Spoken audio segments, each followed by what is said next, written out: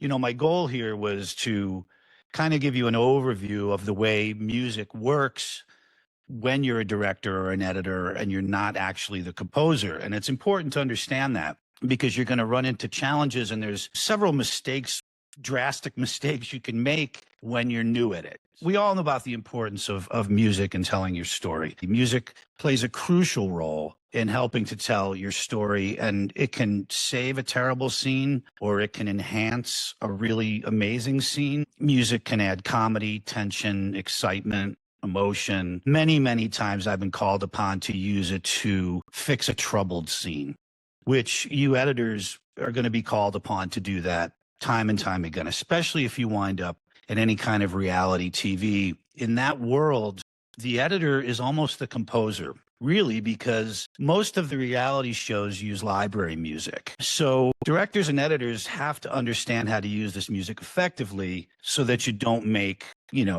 some terrible mistakes. Library music is popular right now because budgets, like everything else, budgets are coming down. Productions want to spend less money. So you have access to, there's these big companies that have these big libraries. I have a boutique library with a few partners in LA, and we're on a ton of shows like reality stuff, entertainment stuff, all that stuff. But there are tons of these companies, and production companies are relying on them more and more to keep costs down. And what that does is it puts you, the editor or the producer or the director, in the position of having to think like a composer. You now have to look at this picture, this story. You have to find the music that enhances that picture, and you have to do it, fast, as in that world. So library music is popular because it's cost effective. It's usually one inexpensive license. If it's a major show, you might get the license gratis and not have to pay for it at all. All right, sync is using popular music. A lot of first-time directors and editors are tempted to take and cut in a popular piece of music to a scene or whatever. The danger in that is if you take a popular piece of music, a Led Zeppelin track or something that's current, whatever you kids are listening to, the cost of licensing that piece of music can exceed the entire episodic budget or film music budget. So a lot of first-time editors and directors make this mistake where they find the perfect song to cut into a particular scene, only to realize later that everybody loves it and you can't get it. You can't afford it. You can't pay for it.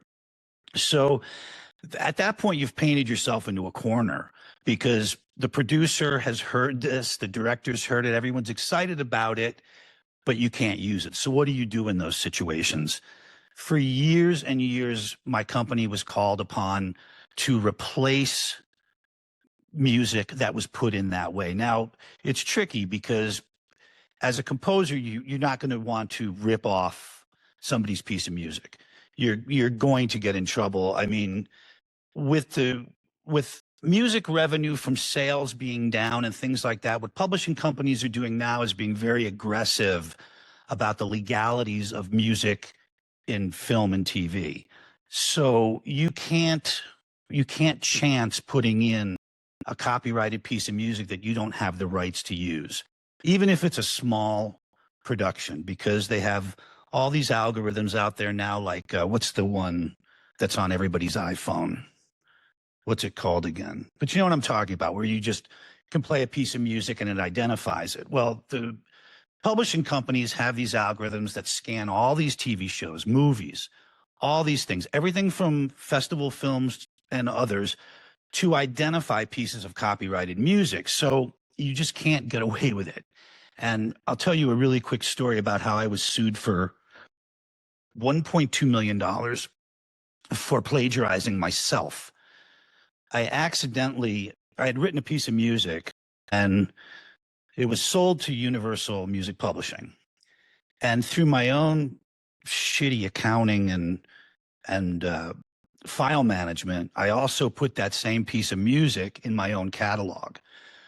Well, Universal licensed it to some TV shows. We licensed it to some TV shows.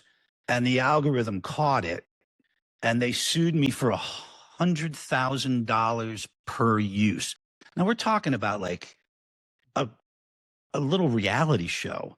In the end, we were able to settle for taking whatever revenue we made from that piece of music, giving it to the publishing company, and then pulling it out of our catalog. But it was 6 months of heavy stress. So I guess this goes back to what I was saying about be careful what you temp into your productions, because A, you might not be able to get it with the budget you have, or B, if you do try to sneak it through and use it, you might get caught and get yourself in a bunch of trouble.